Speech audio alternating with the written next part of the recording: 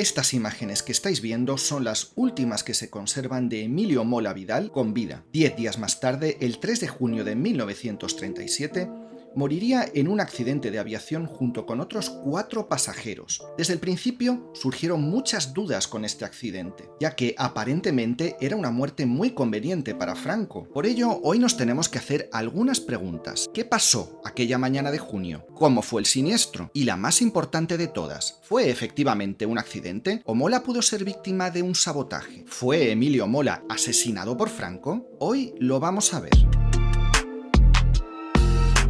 Vamos a ver qué pasó el día del accidente, pero antes vamos a poner el siniestro y la figura de Mola en su contexto. Primero y muy brevemente, ¿quién era Mola? Emilio Mola fue uno de los generales más destacados del bando rebelde. Nacido en Cuba en 1887, había luchado en Marruecos y había sido responsable de la Dirección General de Seguridad al final de la dictadura de Primo de Rivera. Era, por tanto, podemos decir, el hombre mejor informado de España. Y ese manejo de las redes de información y espionaje fue fundamental para la planificación del golpe de Estado, que comenzó a preparar en marzo de 1936, como te cuento en el vídeo sobre la muerte de Calvo Sotelo que te dejo en la descripción. No en vano era conocido como el director, debido a que fue el verdadero cerebro de la rebelión. Una vez comenzada la guerra, no se hizo con el liderazgo del bando sublevado, que recayó en Franco, como te conté en otro vídeo, pero sí que fue uno de sus máximos responsables, políticos, militares y represivos. En sus instrucciones reservadas, donde establecía las líneas maestras de la rebelión militar, instituyó que era necesaria una extrema violencia a fin de paralizar la reacción de las fuerzas contrarias. Esto hizo que su papel fuera extremadamente sangriento, tanto que incluso altas autoridades eclesiásticas de Pamplona le rogaron que se contuviera en la represión, que, a diferencia de la que ocurría en la zona gubernamental, donde era ejecutada por elementos descontrolados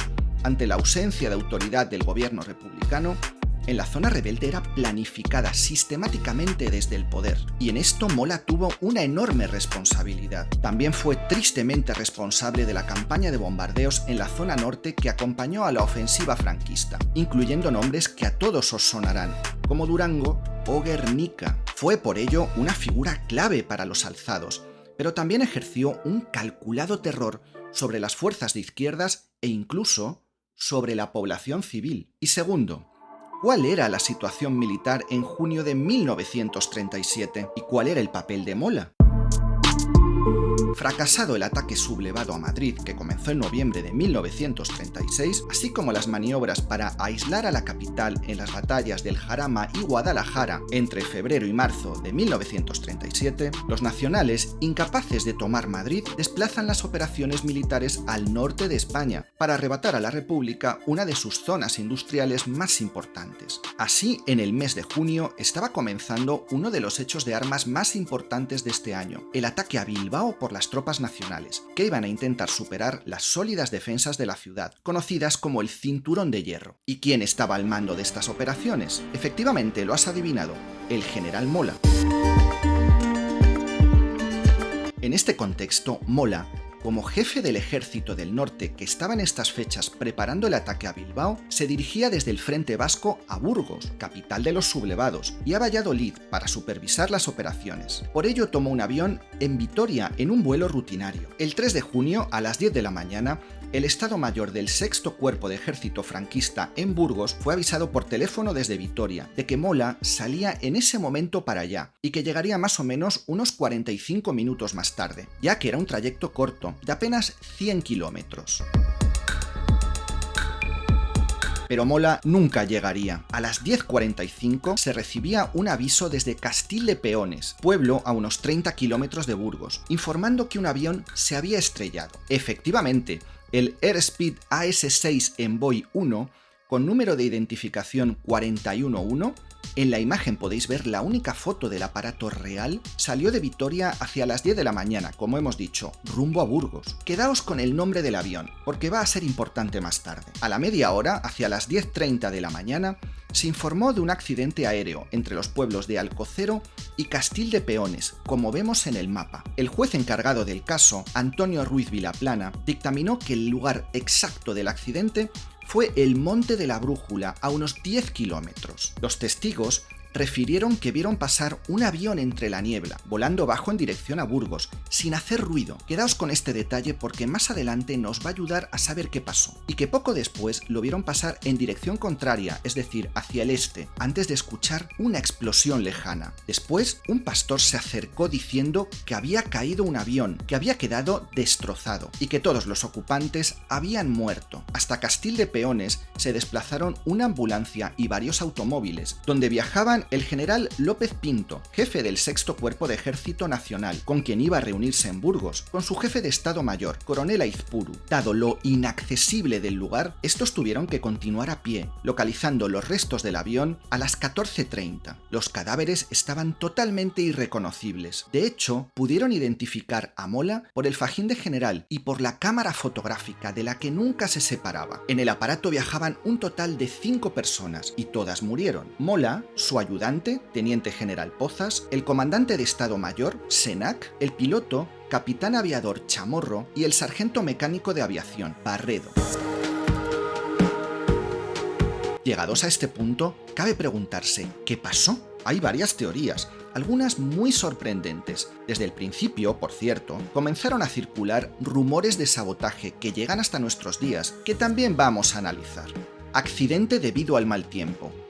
Esta teoría afirma que el avión de Mola se estrelló debido al mal tiempo, especialmente por la intensa niebla que había ese día en la zona. Justo en la zona del puerto de la Brújula, la orografía propicia unas condiciones climáticas que favorecen la aparición de nieblas, especialmente matutinas, y rachas súbitas y fuertes de viento. Los testigos y la prensa de la época se hacen eco de que esa mañana las condiciones meteorológicas eran exactamente esas. El hecho de que el avión fuera visto pasar en dirección oeste y al poco tiempo en sentido contrario parece apuntar a que el piloto se desorientó y mientras intentaba salir de la niebla se estrelló. Queipo de Llano, en su charla radiofónica del día 4, al día siguiente del accidente, dijo que el piloto intentó sobrevolar una gran nube, pero acabó metido de lleno en ella y que ahí pudo sufrir una parada de motor. Tenemos que tener también presente que el vuelo instrumental de la época se hacía con medios muy básicos: altímetro, velocímetro, horizonte artificial y poco más. A esto hay que añadir que los testigos, como hemos dicho, afirmaban que el avión volaba sin hacer ruido, lo que es indicativo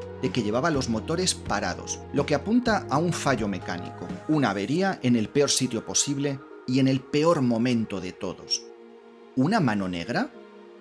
Y es que desde el principio se especuló con un sabotaje para asesinar a Mola, con Franco como gran beneficiado. La prensa republicana, por supuesto, corrió a alimentar esta teoría. Se apoyaban en supuestos rumores de que Mola iba a sustituir a Franco y que los restos del aparato fueron escondidos y destruidos, aunque hay una fotografía de la época con los restos del avión en muy mal estado. ¿Tiene esta teoría algún predicamento? Pues hoy en día es minoritaria entre los historiadores y la ha defendido prácticamente en solitario Carlos Blanco Escolá, basándose en los beneficios políticos para Franco y en unas palabras de Serrano Suñer, yerno de Franco, que afirmaba que justo en esos días Mola le iba a plantear a Franco la desacumulación de poder, como la llamaron. Mediante esta maniobra, Franco quedaría como líder militar y jefe de Estado, y Mola como presidente del gobierno con poderes ejecutivos. También saca a colación el testimonio del embajador alemán ante la España nacional, Wilhelm Vaupel, que llegó a hablar literalmente del alivio que le mostró Franco ante la muerte de Mola en la entrevista que sostuvo con él poco después. Pero en definitiva, Blanco Escolá no ofrece en su obra ni una sola prueba sólida que sustente la teoría del sabotaje, solo conjeturas y opiniones. También defienden esta hipótesis comunicadores de escaso rigor histórico y algún periodista, pero realmente nadie aporta evidencias porque hasta el momento sencillamente no las hay. Sin embargo, es curioso el detalle de que a partir de entonces un coronel franquista destacado en Valladolid iba a todas partes con 2 pistolas cargadas. Preguntado sobre el detalle, contestaba: para cuando encuentre al asesino de mi hijo. Este coronel era el padre del capitán Chamorro, piloto del avión siniestrado. Fuego amigo. La base de esta hipótesis es el modelo de avión en el que viajaba Mola, un Airspeed AS-6 Envoy 1, como ya hemos visto, de los que la España franquista solo contaba con 2, identificados como el 41-1 y el 41-2. Este último fue llevado a Pamplona en septiembre del 36 por un desertor republicano desde Alcalá de Henares. El 41-1 fue comprado directamente a un vendedor inglés a principios de la guerra y era el que usaba Mola con frecuencia. La República, por su parte, contaba con 10 de estos aparatos, que usaba frecuentemente en labores de enlace y reconocimiento. Y esto es lo que ha hecho pensar a algunos historiadores que quizás el avión de Mola pudo ser abatido por un caza propio, al confundirlo con un avión republicano. De hecho, según algunas fuentes, los distintivos ingleses aún no habían sido borrados del todo, lo que pudo confundir al supuesto piloto del caza nacional. Es muy poco probable que este derribo por un caza amigo hubiera pasado. Expertos como Julián Casanova o Paul Preston la mencionan como posible, pero muy poco probable.